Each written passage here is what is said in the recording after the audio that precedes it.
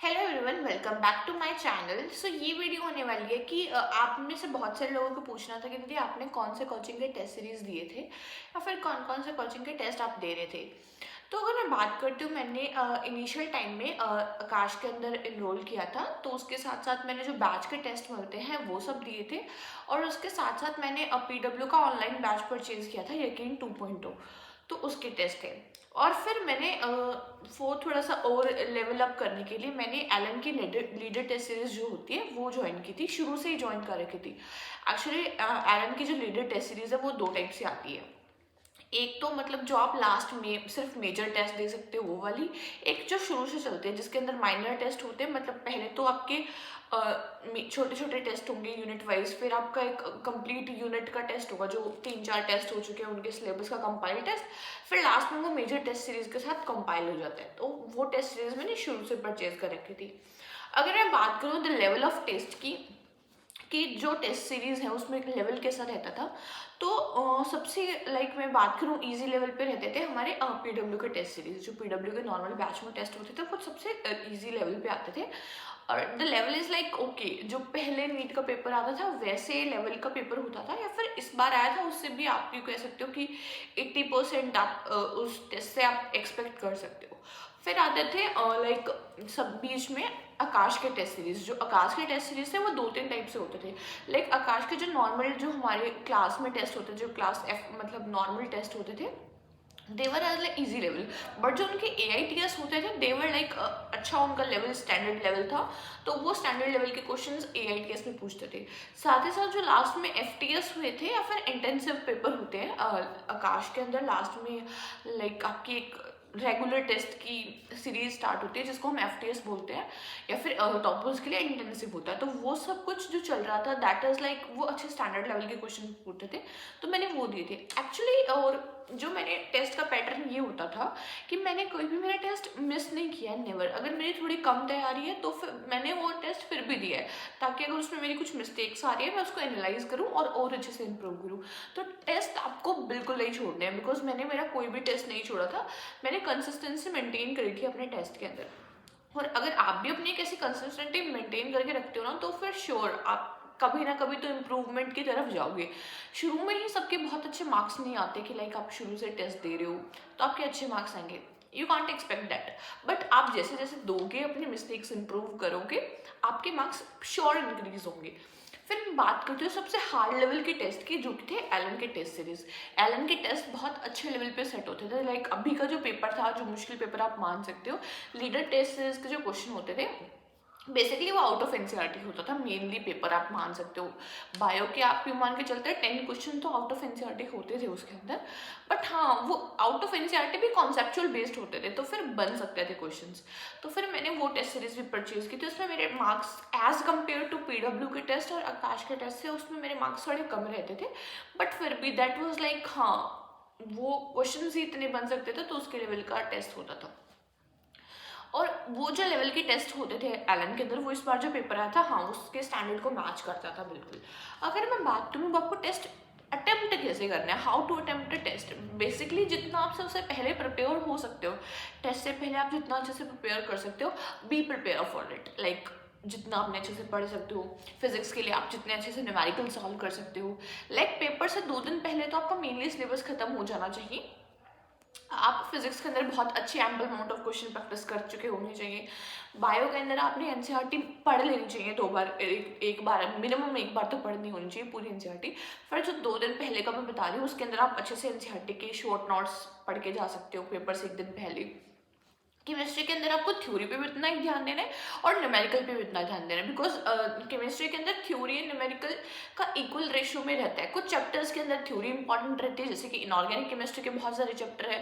कुछ फिजिकल के चैप्टर में थ्योरी और न्यूमेरिकल दोनों इंपॉर्टेंट रहते हैं। बट कुछ चैप्टर फिजिकल होते हैं जो प्योर न्यूमेरिकल बेस होते हैं।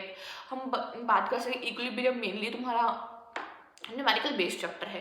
साथ ही साथ कुछ और चैप्टर्स हैं जैसे कि फ्लूइड्स वाला सॉल्यूशन वाला चैप्टर है, वो तुम्हारा थोड़ा सा थ्योरी बेस्ड भी है, थोड़ा सा न्यूमेरिकल बेस्ड चैप्टर भी है। तो ऐसे क्वेश्चंस रहते हैं कि इनऑर्गेनिक केमिस्ट्री पूरी की पूरी, ऑर्गेनिक हमारी पूरी थ्योरी बेस है, कॉन्सेप्ट बेस है। तो तुम्हारे कॉन्सेप्ट क्लियर होने चाहिए। कभी भी अपने टेस्ट से पहले डोंट टेक इट लाइटली, ये तो सिर्फ टेस्ट है, मैं अगली टेस्ट में इंप्रूव कर सकता हूँ। आपका हर टेस्ट आपके नीट के पेपर में कॉन्ट्रीब्यूशन डालता है, इट्स इंपॉर्टेंट। तो आप अपने हर टेस्ट के लिए बहुत अच्छे से प्रिपेयर होके जाओ। फिर जो रह जाते हैं, लाइक 2 दिन पहले रह गया, तो फिर वो आप कवर अप भी नहीं कर सकते। अगर आप उसको कवर करने की कोशिश कर रहे हो तो फिर आप उसको भगा रहे हो, आप उसके कॉन्सेप्ट क्लियर नहीं कर रहे हो। सो 2 दिन पहले जो रह गया, एक बार उस पर थोड़ा कम फोकस करके, और जो हो गया उसको बार बार पढ़ के आप प्रिपेयर करके जाओ। अगर फिर हम बात करते हैं टेस्ट होने के बाद, तो टेस्ट होने के बाद जैसे ही हो गया आपका टेस्ट, आप घर आते हो, take rest of some time, जो आपके माइंड को रिलैक्स कर सके। मैं ऐसा ही करती थी, अपना टेस्ट दे के आई, उसके बाद टेक अ रेस्ट की, बस आज का ये मैंने टेस्ट दे दिया। उसके बाद क्योंकि आप आते ही तो अगर एनालाइज करने बैठते हो ना, तो फिर आपका ब्रेन एकदम बर्न अप हो जाएगा, लाइक ओ ये मैंने क्या कर दिया, ये मिस्टेक हो गई, तब आप और ज़्यादा लाइक उसको ओवरथिंक करोगे। तो फिर just take some time of rest and फिर बाद में अपना पेपर खोलो and just think about a question, क्योंकि अब तुम्हारे पास बहुत सारा टाइम है। टेस्ट के टाइम तुम्हारे पास बहुत सारा टाइम नहीं होता, you have just 3 hours to complete the paper, to read the question, to mark the options, तो you don't have that much of time. But घर आने के बाद read every question properly, like ये क्वेश्चन था, मैंने उस टाइम ये इसके बारे में सोचा and I fill the question. एक बार आपने पूरा पेपर एनालाइज किया, then match it with the answer key, कि आंसर की से ये आ रहा है, मैं ये सब कुछ फिल करके आया हूँ, एंड देन एनालाइज कि तुमने क्या मिस्टेक करी, क्या तुम्हारे कॉन्सेप्ट वीक था इस टाइम पे, या फिर तुम्हारी सिली मिस्टेक हो गई, या फिर तुम्हारी कैलकुलेशन मिस्टेक हो गई। Don't consider calculation mistake as a silly mistake, because अगर तुम उसको सिली मिस्टेक करके छोड़ रहे हो ना, so that not a silly mistake. अभी तुम कैलकुलेशन मिस्टेक को बहुत ज़्यादा लाइटली ले रहे होगे, बट वही अगर कैलकुलेशन मिस्टेक तुम्हारे नीट के टाइम हो जाते हैं ना, that like you feel very bad. मेरी हुई है तो फिर आई एम गाइडिंग यू कि तुम्हारी कैलकुलेशन मिस्टेक हो रही है, तो देखो क्या मिस्टेक हुई है, ताकि तुम उसको बार बार मिस्टेक ना कर पाओ। लाइक कई बार तो हम इतना लाइक उसमें होते हैं कि 2 का स्केयर आ गया, हम उसको पता नहीं कैसे कुछ भी करके लिखाते हैं, लाइक 3 का स्केयर आ गया, उसको हम 6 लिख के आते हैं 9 की जगह। बहुत गंदी गंदी मिस्टेक्स होती है, वो मिस्टेक जो कभी एक नीट एस्पिरेंट, लाइक मैं तो कभी ऐसे सोच नहीं सकती मैंने ये मिस्टेक करी है, तो उस मिस्टेक पे बहुत ज़्यादा ध्यान दो, क्योंकि वो बहुत ज़्यादा रिपीट होती है वही मिस्टेक। हमारा एक मिस्टेक रिपीट करने का पैटर्न होता है, हम उसी पैटर्न के अंदर हमारी मिस्टेक्स को रिपीट करते हैं। फिर उसके बाद तुमने मैच कर लिया, अब तुम्हारे कुछ क्वेश्चंस ऐसे होंगे जो कॉन्सेप्ट बेस्ड गलत होंगे। तुम्हारा कॉन्सेप्ट वीक था, तो तुम उस कॉन्सेप्ट को लिख लो कि मेरा ये कॉन्सेप्चुअल बेस्ड क्वेश्चन गलत था। फिर साथ साथ कुछ क्वेश्चंस ऐसे होंगे जो तुम्हारे पास तुम्हें आते ही नहीं होंगे, लाइक तुमने वो पढ़े ही नहीं होंगे। मैंने बोला कि जो 2 दिन पहले रह गए वो तुम पढ़ भी नहीं सकते, फिर अब उसको टेस्ट के बाद अच्छे से पढ़ना है। साथ ही साथ जो क्वेश्चन गलत हो गए उनको एक अलग से नोटबुक लगानी है। मेरी खुद की एक टेस्ट से नोटबुक थी, बहुत भर गई थी, क्योंकि मेरी बहुत मिस्टेक्स होती थी टेस्ट में, मैं बहुत सिली मिस्टेक्स करती थी, बहुत कैलकुलेशन मिस्टेक्स करती थी, कॉन्सेप्ट बेस्ड मिस्टेक थोड़ी कम होती थी मेरी, बट सिली मिस्टेक्स में मेरे बहुत मार्क्स कटते थे। तो फिर मैंने वो लिखना स्टार्ट किया, don't attempt any negative. Like मेरा ऐसा था कि मैं ऐसा तो होता था कि पता नहीं क्यों मेरी गट फीलिंग को सही मान के मैं क्वेश्चन टिक करके आ जाती थी, मेरा बहुत नेगेटिव हो जाता था।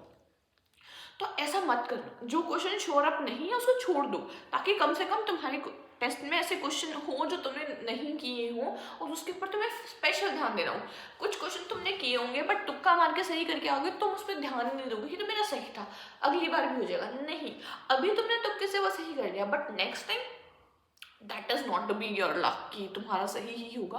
तो ऐसा मत करना, जो तुम्हारे क्वेश्चन तुमसे नहीं बन रहे हैं उसको छोड़ो पेपर के अंदर, दैट इज अ पेपर, और वो तुम्हारे पास तुम्हें ऐसा तुम्हारा मिरर है कि तुम्हारा क्या चल रहा है, तुमने कितना सही किया है, तुम्हें कितना इम्प्रूव करना है। तो उसको एज अ मिरर ही लेके चलो, don't make a fake image of yourself in that mirror. इस बात का ध्यान रखना है। और साथ ही साथ जो टेस्ट अटेम्प्ट कर रहे हो आप उसको थोड़ा थोड़ा एनालाइज करते चलो। टेस्ट के क्वेश्चंस ऐसे होंगे जो मेजरली तुम्हारे नीट के अंदर रिपीट होंगे, तो टेस्ट के क्वेश्चंस जो आए हैं उन टॉपिक्स को स्पेशल फोकस करके चलो।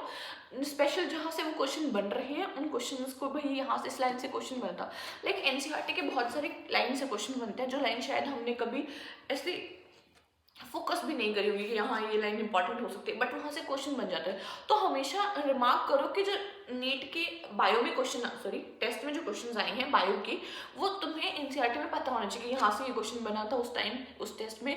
तो हर क्वेश्चन को अच्छे से एनालाइज करो, अच्छे से देखो कि क्या गलती कर रहे हो, क्या सही कर रहे हो, या फिर क्या पूछा जा सकता है, व्हाट इज इम्पॉर्टेंट।